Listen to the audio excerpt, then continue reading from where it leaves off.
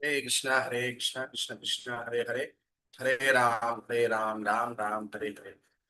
Hare Krishna. Welcome to our Nityam Bhagavata Sevaya daily Srimad Bhagavatam reading class. I'm Advaita Pran from Kolkata. Uh, we'll continue Srimad Bhagavatam class from 7 to 7:30 a.m. So now, from today, we'll continue this class from 3 to 3:30 p.m. Because our Srimad Bhagavad Gita as it is class ended. So we are decided to continue Srimad Bhagavatam class uh, 3 to 3:30 p.m. So at first we will recite Mangalacharan, then we will continue our Srimad Bhagavatam class. So today we'll read from 4th canto, 17th chapter. Maharaj becomes angry at the earth from slok number 8. Previously, we read from to slok 7. So from today, we recite slok 8. So at first, we recite Mangalacharan. Om Namo Bhagavate Vasudevaya. Om Namo Bhagavate Vasudevaya. Om Namo Bhagavate Vasudevaya. Narayanam Namaskrityam Dharam Chaiva Narottamam Devim Saraswatim Vyasam Tato Jayamudiraye Nashtaprayeshu Avatreshu Nityam Bhagavata Sevaya Bhagavati Uttamaśloke Bhakti Bhavati Nashtaki Namo Vishnupadaya Krishna Prestaya Bhutale Srimate Bhutticharu Swami Niti Namine Srita Chetasu Pranita Bhagvinam Charasapatam Prabhupada Prana Numi Bhakticharu Padam Namayam Vishnupadaya Krishna Prestaya Bhutale Srimate Bhakti Vedanto Swami Namine Namaste Saraswate Deve Gauravani Vacharini Nirvishesha Shunyavadi Pasat Deshatarini Ukam Karti Vacharam Nam Hate Grim Jat Kripatam Deshi Guru Vintarinam Paramanandamatabam Chaitanya Visharam Tassat. So you can see Srimad Bhagavatam, 4th canto, 17th chapter, slok number 8. Maharaj Prithu becomes angry at the earth, where Sutta Vacha Chodito Vidure Naivam Vasudeva Katham Prati Rasasyatam Pitamana Maitreya Vadyabhasata. Translation and purport by His Divine Grace, Sri Bhaktivedanta Swami Srila Prabhupada, Jagat Guru Srila Prabhupada ki jai. Sutta Goswami continued when Vidura became inspired to hear of the activities of Lord Krishna in his various incarnations. Maitreya, also being inspired and being very pleased with Vidura, began to praise him. Then Maitreya spoke as follows.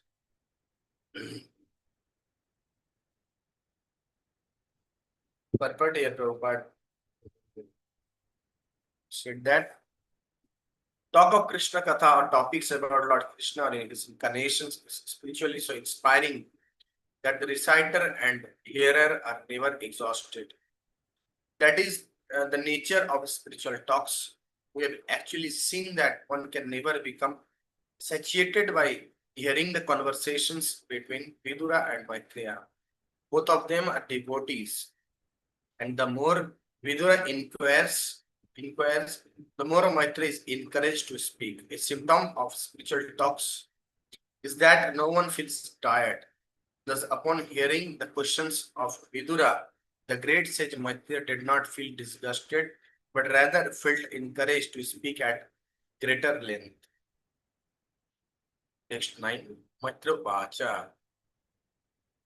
Yadabhisikta prithur anga viprair amantrito janatayascha pala prajaniranye shiti prishta etya sutshama deha patim abhaya vochan.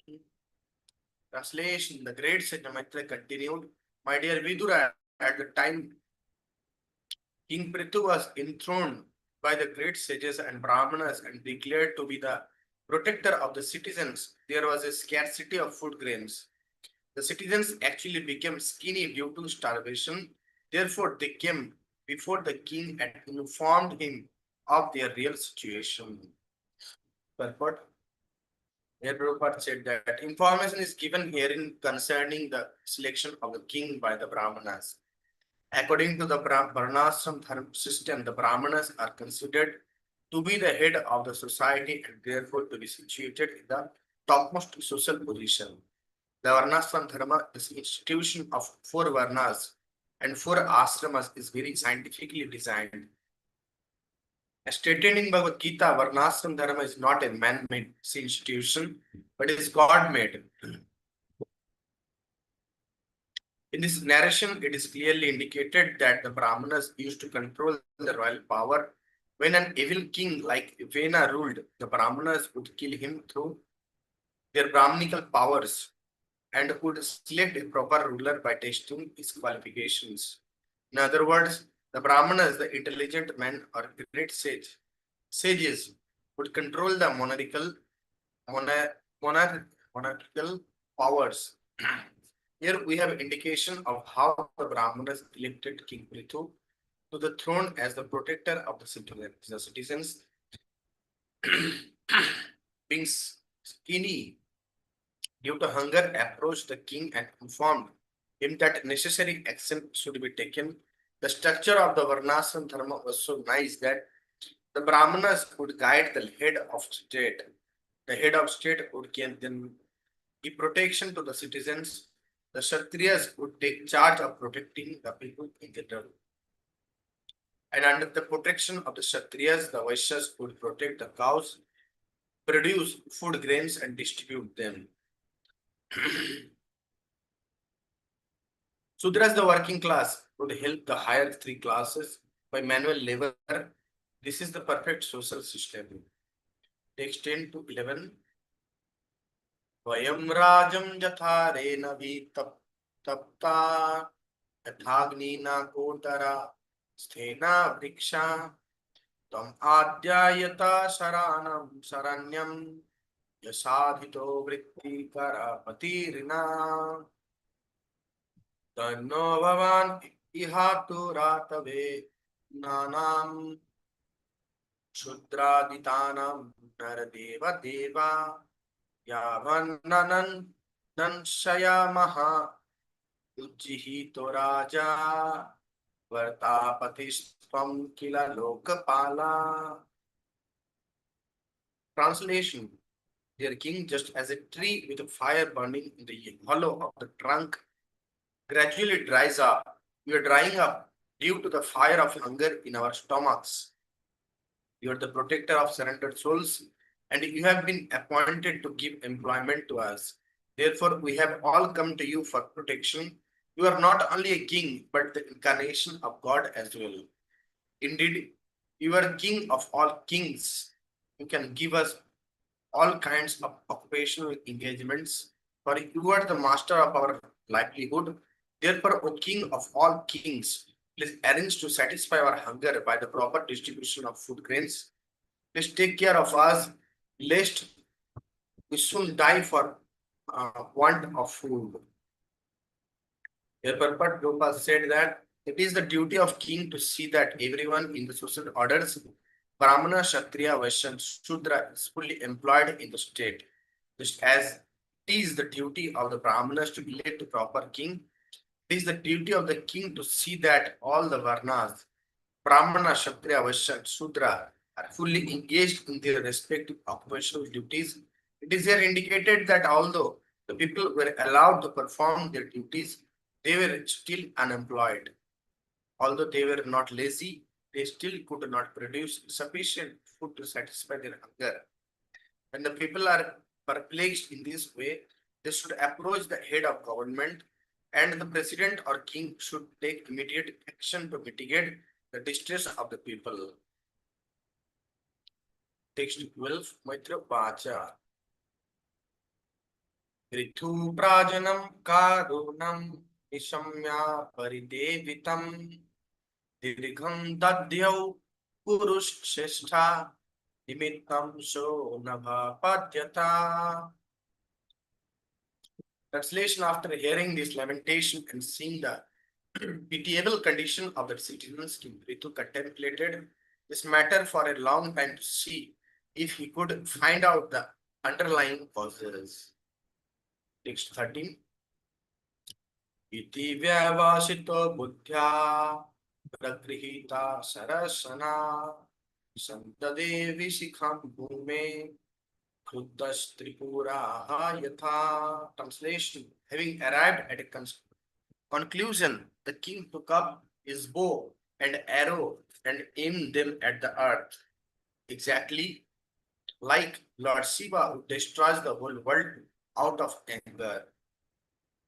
Purport: King Prithu found out the cause for the scarcity of food grains.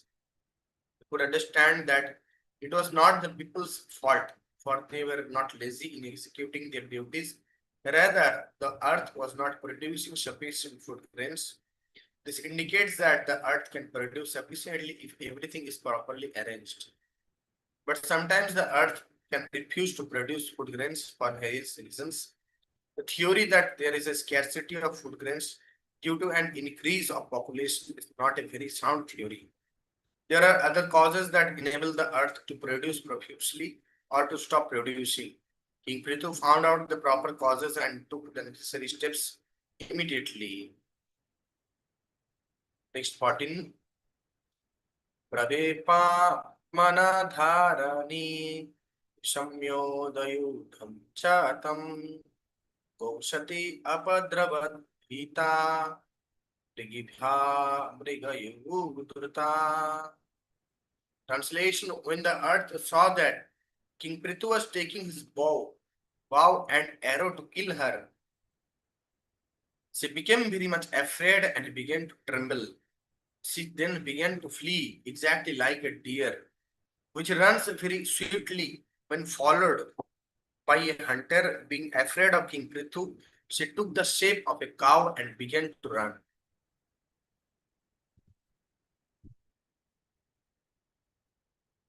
Purport: just as a mother produces various children, both male and female, the womb of Mother Earth produces all kinds of living entities in various shapes. Thus, it is possible for Mother Earth to take on innumerable shapes. At this time, in order to avoid the wrath of King Prithu, she took the shape of a cow.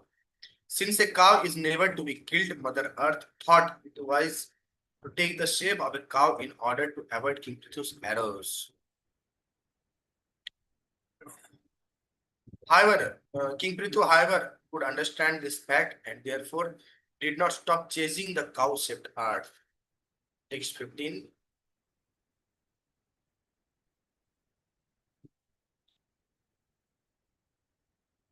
Tam anvadhavat tad vanya kupito darune kshana saram dhanushi sandhaya yatra yatra palayate. Translation: seeing this, Maharaj Prithu became very angry, and his eyes became as red as the early morning sun. Placing an arrow on his bow, he chased the cow-shaped earth wherever he should run.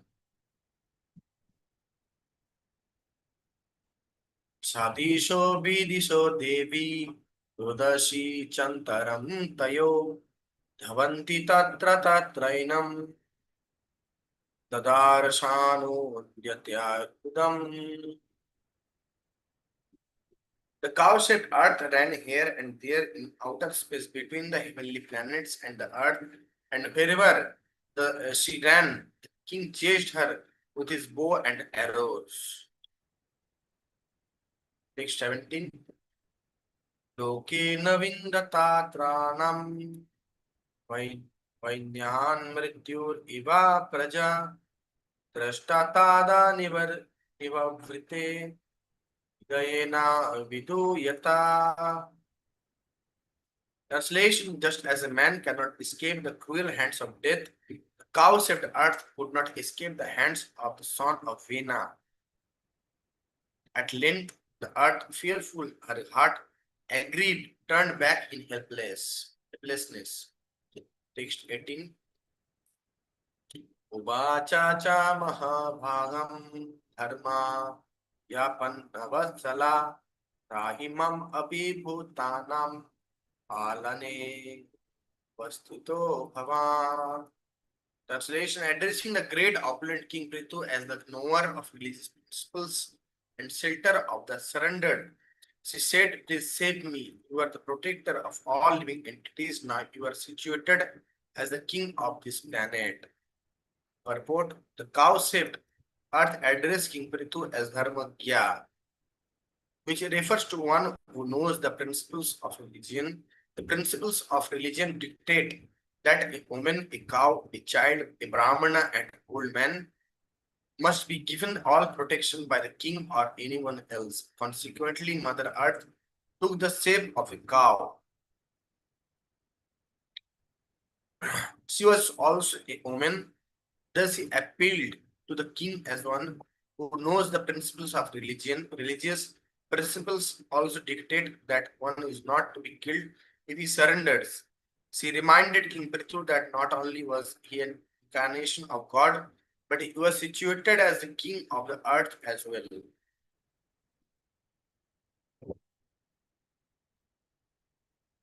Therefore, his duty was to execute her. Text 19. Swatam jigyamsase kasmad vinam akrita kil visham अहनिश्चयत् कथं योषं धर्माज्ञा इति यो मता. Translation: the cow-shaped earth continued to appeal to the king. I am very poor and have not committed any sinful activities. I do not know why you want to kill me, since you are supposed to be the knower of all the religious principles. Why are you so envious of me, and why are you so anxious to kill women? Here Prabhupada said, the earth appealed to the king in two ways. A king who knows religious principles cannot kill anyone who has not committed sinful activities. Apart from this, a woman is not to be killed even if she does commit some sinful activities. Since the earth was innocent and was also a woman, the king should not kill her.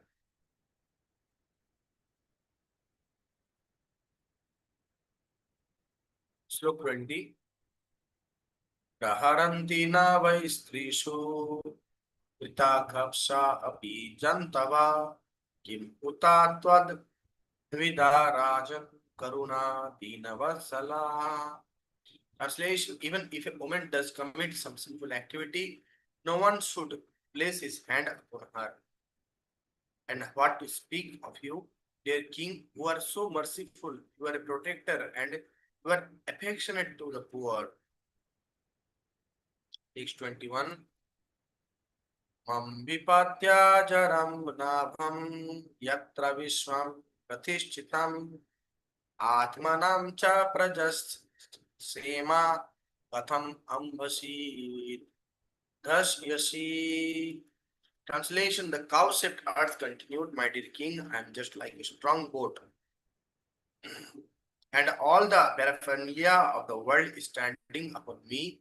If you break me so to pieces, how can you protect yourself and keep subjects from drowning? Purport: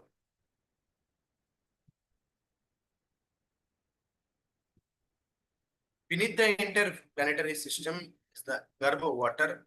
Lord Vishnu lies on this Garbha water, and from his abdomen a lotus stem grows. All the planets within the universe are floating in the air, being supported by this lotus stem. If a planet is destroyed, it must fall into the water of Garbha. The earth therefore warned King Prithu that he could gain nothing by destroying her. Indeed, how could he protect himself and his citizens from drowning in the Garbha water? In other words, outer space may be compared to an ocean of air, and each and every planet is floating on it, just as a boat or Iceland floats on the ocean.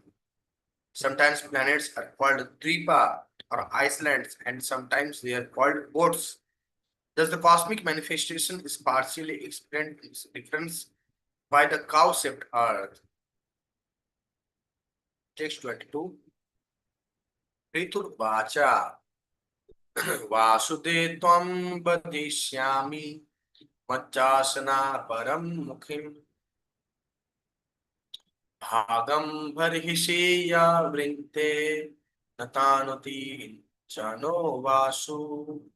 Translation: King Prithu replied to the earthly planet, "My dear Earth, you have disobeyed my orders and rulings. In the form of a demigod, you accepted your share of the yajnas we performed, but in return, you have not produced sufficient fruit grains. For this reason, I must kill you."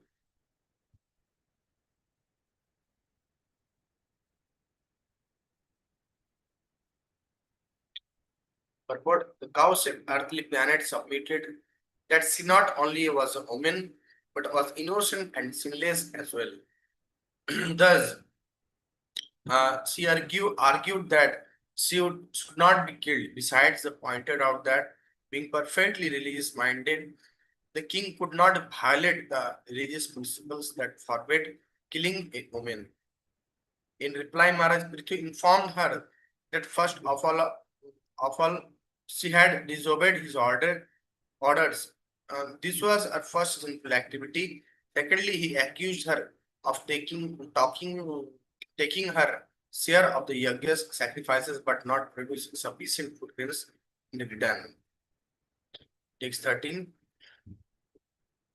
Yavasam Jagdi Anudinam Naiva Dogati Odasam Paya Dasham Evam Hindustayam Dando Natra Na Shashyate. Translation: Although you are eating green grass every day, you are not filling your milk bag. So we can utilize your milk. Since you are willfully committing offenses, it cannot be said that you are not punishable due to your assuming the form of a cow. Purport: the cow eats green grasses in the pasture and fills her milk bag with sufficient milk so that the coward's man can milk her. Yagyas or sacrifices are performed to produce sufficient clouds that will pour water over the earth. The word Paya can refer both to milk and to water. As one of the demigods, the earthly planet was taking her share in the yagyas, that is, she was eating green grass, but in return, she was not producing sufficient food grains. That is, she was not filling her milk bag. Ritu Maharaj was therefore justified in threatening to punish her for her offense. Text 24. Kala Oshadhi Bijani Praksrishtani Sayam Bhuva Na Munchashi Atmarudhani Avagyana Mandadhi. Translation: you have so lost your intelligence that despite my orders you do not deliver the seeds, herbs, and grains formerly created by Brahma and now hidden within yourself. Purport: while creating all the planets in the universe, Lord Brahma also created the seeds of various grains, herbs, plants, and trees. When sufficient water falls from the clouds, the seeds fructify and produce fruit grains, vegetables, etc. By this example, Prithu Maharaj indicates that whenever there is a scarcity in food production, the head of the government should take steps to see why production is being held up and what should be done to rectify the situation. Text 25. Amusham Sud Paritanam Artanam Paridevitam Samai Samaish Shami Madvanair Vinyasastava Medasa. Translation: now with the help of my arrows, I shall cut you pieces and with your flesh satisfy the hunger-stricken citizens who are now crying for want of grains, who are now crying for want of grains. Thus, I shall satisfy the crying citizens of my kingdom. Purport. Here we find some indication of how the government can arrange for the eating of cow flesh. It is here indicated that in a rare circumstance, when there is no supply of grains, the government may sanction the eating of meat. However, when there is sufficient food, the government should not allow the eating of cow's flesh just to satisfy the fastidious tongue. In other words, in rare circumstances, people are suffering for want of grains, meat eating or flesh eating can be allowed but not otherwise. The maintenance of slaughterhouses for the satisfaction of the tongue and the killing of animals unnecessarily should never be sanctioned by a government. As described in the previous verse, cows and other animals should be given sufficient grass to eat. If despite a sufficient supply of grass, a cow does not supply milk, and if there is an acute shortage of food, the dried up cow may be utilized to feed the hungry masses of people. According to the law of necessity, first of all, human society must try to produce food, grains, and vegetables, but if they fail in this, they can indulge in flesh eating. Otherwise, not. As human society is presently structured, there is sufficient production of grains all over the world. Therefore, the opening of slaughterhouses cannot be supported. In some nations, there is so much surplus grain that sometimes extra grain is thrown into the sea, and sometimes the government forbids further production of grain. The conclusion is that the earth produces sufficient grain to feed the entire population, but the distribution of this grain is restricted due to trade regulations and a desire for profit. Consequently, in some places, there is scarcity of grain, and in others profuse production. If there were one government on the surface of the earth to handle the distribution of grain, there would be no question of scarcity, no necessity to open slaughterhouses, and no need to present false theories about overpopulation. Text 26.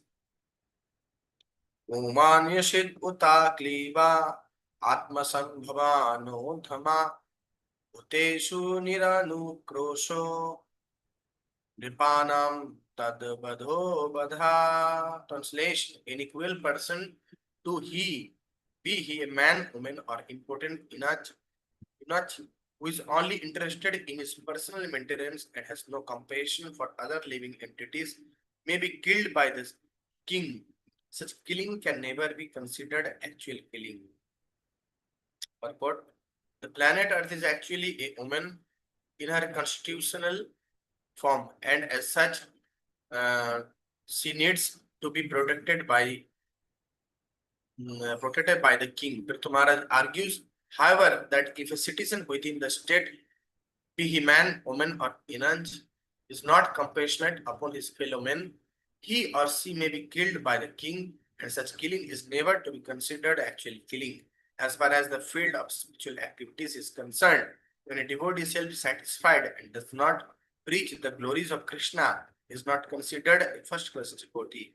A devotee who tries to preach, who has compassion upon innocent persons who have no knowledge of Krishna, is a superior devotee. In his prayer to the Lord, Prahlad Maharaj said that he was not personally interested in liberation from this material world. Rather, he did not wish to be liberated from this material condition until all fallen souls were delivered. Even in the material field, if a person is not interested in others' welfare, he should be considered to be condemned by the personality of Godhead or incarnation like Prithu Maharaj.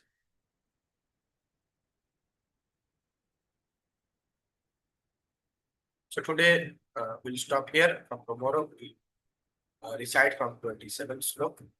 Hare Krishna, Krishna Krishna, Hare Hare, Hare Ram, Ram Ram, Hare Hare. Jai Krishna Prabhupada ki jai.